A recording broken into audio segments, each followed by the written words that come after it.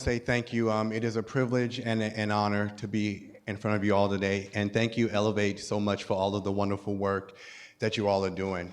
So I'm going to own something quickly. I am nervous as hell.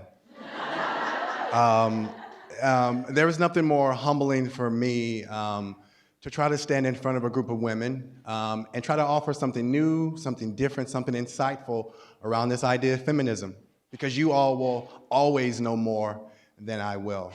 So I tried to think of something that was different, because I didn't want to just regurgitate all of the stuff that you all have taught me. You know, all of the bell hooks, the Audre Lordes, the Gloria Steinem that I've read. I'm like, can you say something new or something different? So I wanted to talk about this ugly word called patriarchy. A word that, one, we don't hear men mention often, right? We like to use language of sexism or misogyny, but patriarchy is really what undergirds it. So I want to kind of open with a quote by bell hooks. And she defines feminism as a movement that will challenge, change, and ultimately end patriarchy.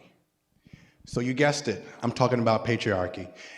And I think it's important that we name that it is patriarchy, and that it is something that is not only actively trying to destroy women, but trying to destroy men also, even if we understand that or not. So as we talk about this, I want to use myself as the instrument, or as the tool of a man who sometimes advocates for gender equality, for equity, because I want praise. And it's not a part of my actual purpose. And I think it's important that we're able to call men in who are advocating for gender equality, because we're doing it for praise and it's not actually embedded in our purpose. So I was at an event recently, and it was an event about this idea that men should be more open and loud about gender equality. And I was like, yes, yes, yes. And the male speaker's like, we're not here to give men pats on the back, and it made me smile. But then he said something that was really sinister. He said, women, you all will run the world soon, but when you do, don't forget I was one of the good guys. So you all picked up on that too, right? He missed it. We miss it often, right? Because in his mind, that when you run the world, you will now turn the sword over on men and punish us, right? That's patriarchal thinking. So we as men oftentimes don't realize that when we're up here screaming loudly for gender equality, we're actually hoping that you turn that around and give us praise and call us good guys. And we'll kind of dig into that term good guy for a second too. So my goal of telling that story is not to shame anyone, but it's to really highlight how patriarchy is sinister, it's seductive, and it's constantly changing. So if you hear men like me using some patriarchal thinking as we're talking about gender equality, do like my grandma says and set them straight. So now I'm going to get myself into a little bit of trouble here, all right? So how many of you have heard men say, after I had a daughter, I became an advocate for gender equality? And we thought that was cool, right? Because basically what he's saying is that you have to, again, wait until men have a child, and that child be a daughter, for us to start advocating for gender equality. Damn. Because all of the relationships that men have had with women, if we had a sister, if we had a mother, if we had a wife, none of that meant anything, actually.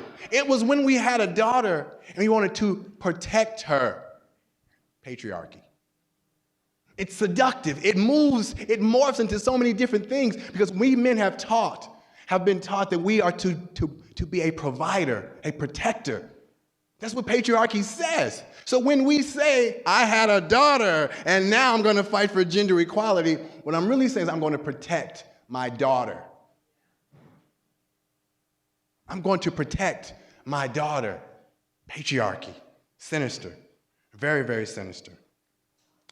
Because what we men have to do before we join you all in the fight to change, challenge, and end this idea of patriarchy, we got to do some emotional work Or as Brittany Cooper calls it, some emotional labor. And we men don't like to be emotional or do emotional work or emotional labor, right? So when I started being a feminist, someone gave me my first Bell Hooks book. And it was Feminist Theory from Margin to Center. And I was like, wow, I get it. Wow, I'm part of the problem. I'm gonna fight against me, I'm gonna fight against other men, right? Like, I got it, right? And I was like, I'm gonna divest in patriarchal systems, I'm gonna add it to my daily life, But it kept shifting on me. It kept moving, because I think I became a feminist when I was like 9 years old. I'm a Southern boy, I was raised in the South, and I was in church one day, and my mother was singing in the choir. And I said, Mom, like, why are there no women in the pulpit or up on stage? And she looked down at me in only a way that a loving mother could and said, shut up, boy. Because now, even though she didn't offer me a critique of patriarchy in that moment, she was modeling the only way that she knew how to fight this issue of patriarchy. She was singing in the choir, singing songs like, I don't feel no ways tired, right? And even though I didn't consciously understand exactly what she was doing there, but back in those days, she had to figure out how could she shift, shape, and convert herself into ways to fight this idea of patriarchy in safer ways. So after I'm reading all these books, I'm thinking, wow, I'm gonna challenge my mother when it comes to feminism. Because now I know my stuff, right? You know, I done read as many books as possible. So I go home and I'm like, Mom, can you imagine God as a woman? She's like, hell no. And I was like, isn't God loving? She was like, yes. I said, isn't God kind? She said, yes. Isn't God gentle and compassionate? She said, yes, yes, yes. I said, doesn't that sound like a woman? Patriarchy. Because just this idea that men cannot show up as gentle, loving, kind, and compassionate had me to believe that God had to exhibit certain types of female qualities. So even as I was sharpening my own sword, I still had not done the emotional work in order to show up as a real feminist, as someone who's willing to challenge and change and end patriarchy. So what is emotional labor for men? Emotional labor is having vulnerable, hard, compassionate, meaningful conversations with all people. It means sitting in spaces of shared intimacy with other men and talking about how we are lonely, how we are sad, how we are confused, how we want to divest in systems of patriarchy, but we actually don't know how, because it benefits us and at the same time, it's killing us.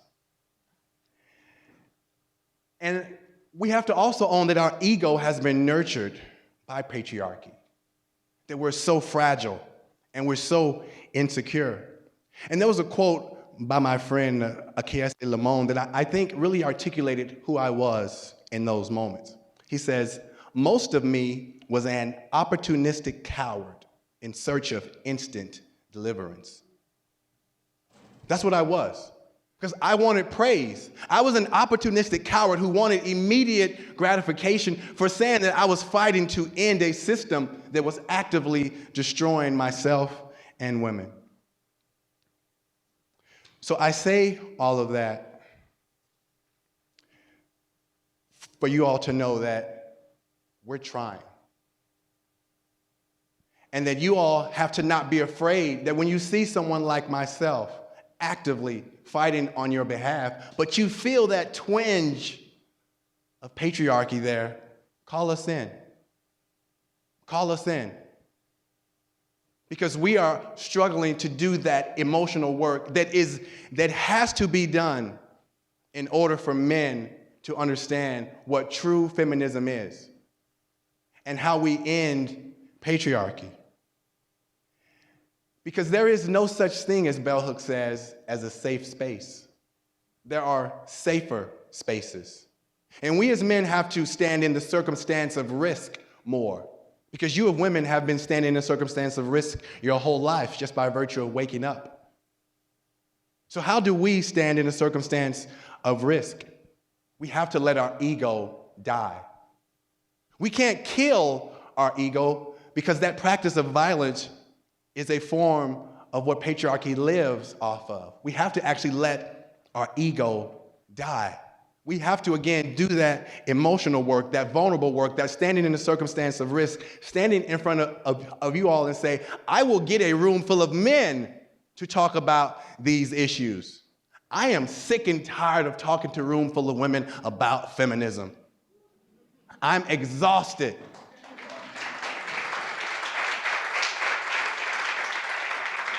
I live for the day when there are women on stage talking about patriarchy and feminism and the room is just flooded with men. That's the day when we know that we have joined the fight to challenge, change, and end patriarchy. And we as men can just be. We don't have to do anything besides do that emotional work, that emotional labor to divest in patriarchy. And then we will no longer seek praise. We can align ourselves with a purpose. And we can embody what I believe what the true definition of love is. Love is the ability to witness someone else's joy, not to be their joy. That's when you understand your purpose. Thank you.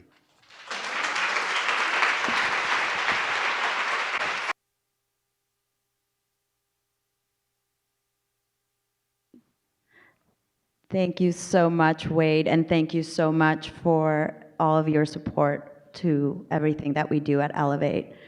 And now we are just doing a little bit of a shuffling on stage, and we will invite our panelists.